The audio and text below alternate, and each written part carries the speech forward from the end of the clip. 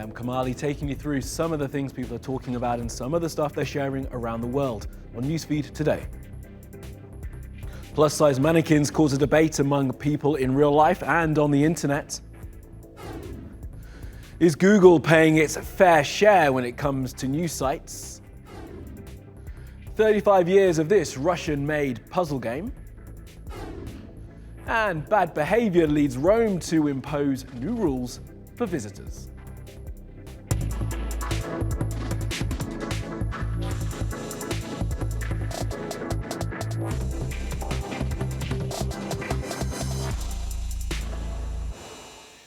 And top of our newsfeed, Mannequin. No, not the 80s movie classic. This is a story that is way more 2019. And the mannequins we're talking about here don't come to life. They're based on real life. But I hear you say, aren't all mannequins based on real life? Well, no, not really. Mannequins have, for decades since before that movie, presented an unrealistic body type and beauty standards. So some brands have decided to change that in their model choice and mannequin manufacture. But when a journalist wrote about one of the world's biggest brands' efforts, she caused a huge debate online. Here's Ezra to explain. The year is 2019. The place is Nike's flagship store in London. The controversy, female mannequins bigger than a size 10. The sports brand says it wants to bring inclusivity and diversity to its shop floor. Their new display, launched at their Oxford Street store, includes parasport models as well. Some shoppers believe the change is overdue. Hopefully, other stores and brands learn from this excellent example and start to use a variety of realistic-sized mannequins. I'm sure this would give other ladies more confidence to maybe even buy their first gym outfit, to get the ball rolling instead of thinking gym clothes are for smaller-sized people and give up before they've even started.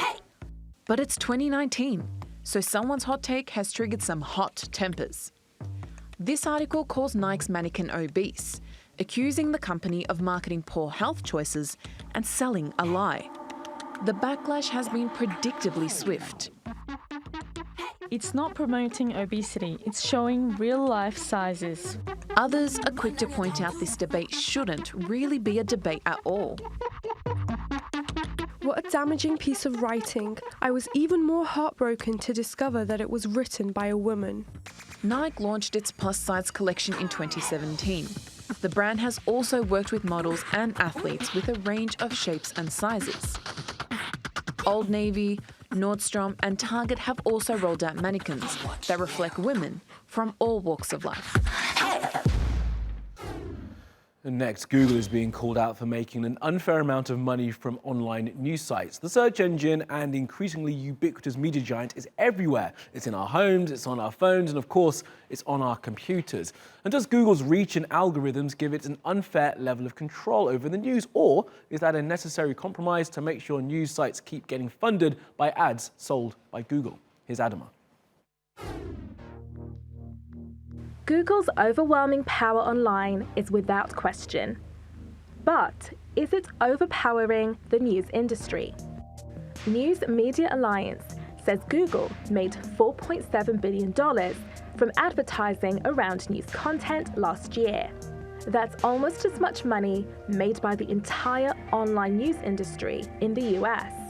The report highlights how reliant news media have become on big tech companies like Google, Facebook, and Apple. The study has been criticized by industry professionals, and Google says the calculations are inaccurate. Industry experts are also worried about clicks and views. In 2009, Google News had around 24 million visitors in the US. There were 50 million for CNN and the New York Times. But in May 2018, visitors to Google News increased to 150 million, close to double the numbers for CNN and the New York Times. News Media Alliance hopes the outcome will be the passage of the Journalism, Competition and Preservation Act. The law change would allow news sites to ensure they are given a fair share of profits from tech platforms.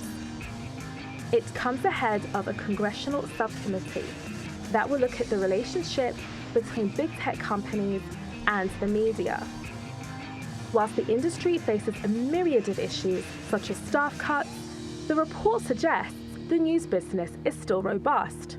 The worry comes from the fact it's opaque algorithms that decide who gets to see that news and when.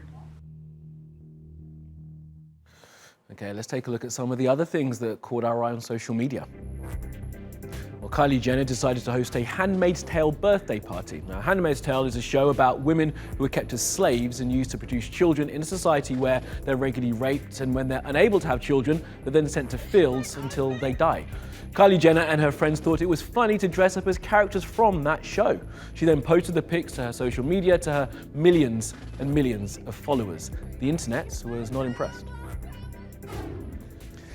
And this video is going viral. It was posted to Twitter with the words, "My mum and her sister were separated in 1990 before the war in Somalia. They used phone cards, texts and FaceTime, but nearly 2 decades, and now they've been reunited in person." It's had hundreds and thousands of likes and loads of comments with people saying the video is so beautiful that they're crying.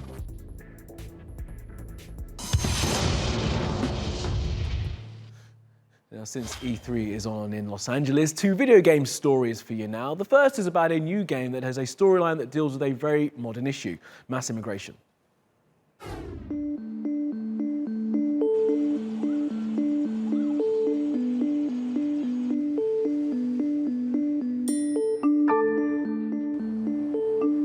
Watch Dogs Legion is set in a sort of near future version of London where things have gone terribly, terribly wrong. All is about as bad as it could possibly go. Your mission is to build a popular resistance in order to fight back against the sort of emergence of this authoritarian regime.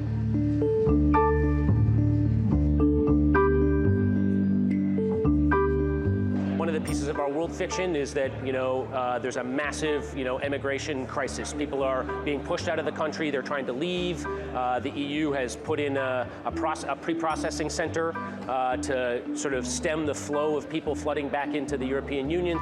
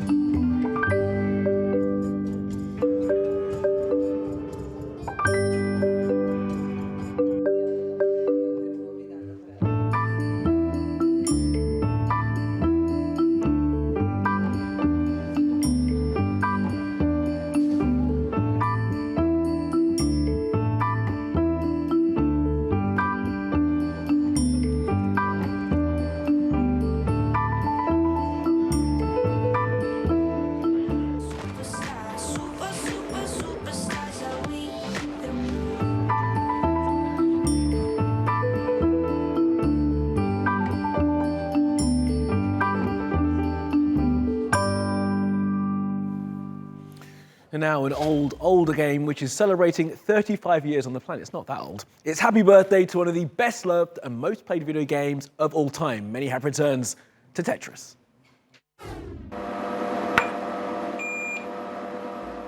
Made to last. People have been piecing together the classic puzzle game Tetris for 35 years now. Alexei Pajitnov created it in 1984.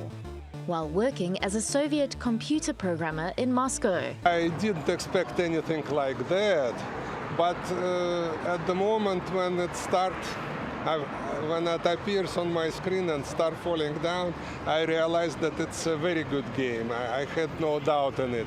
I can't stop finish it coding because I pretend to debug it, but I actually play with the early prototype and can't stop playing it. It's gone on to become as famous as Pac-Man, Super Mario, and Sonic the Hedgehog.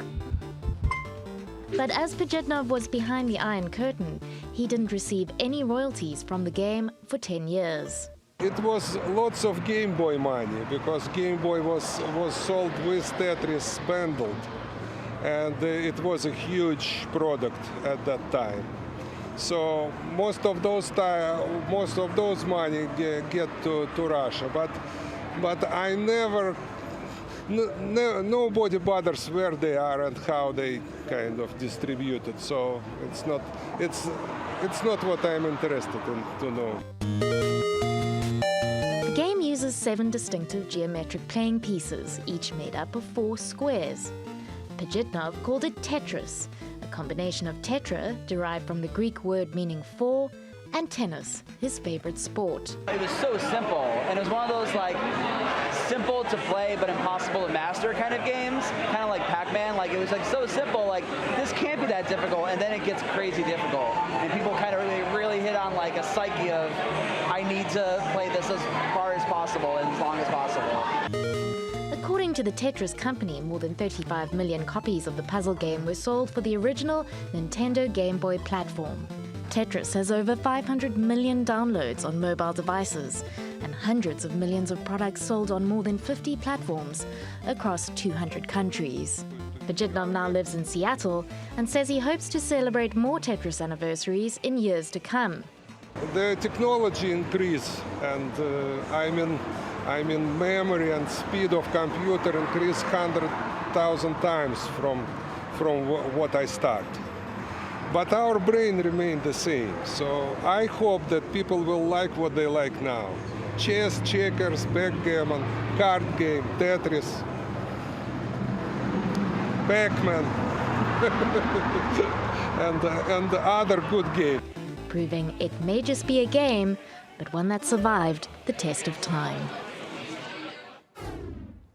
All right, let's go around the world now for some other stories you need to know this Tuesday.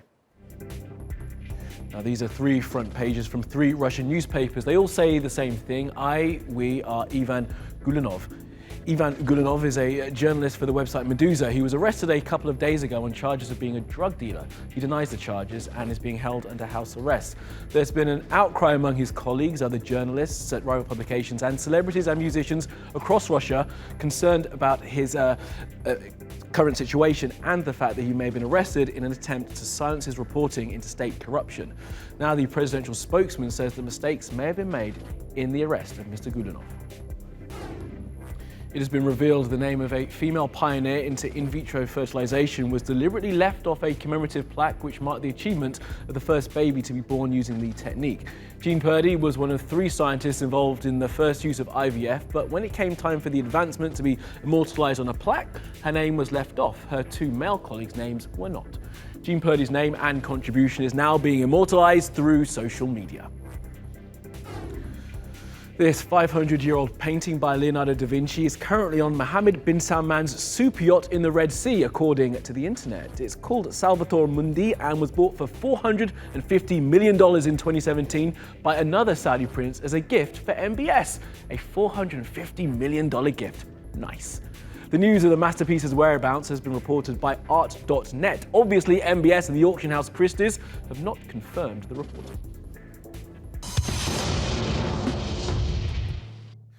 Well, to Italy now and the Eternal City, one that appears eternally over-touristed. So Rome's city council is bringing in some more rules to regulate how people behave when they're there.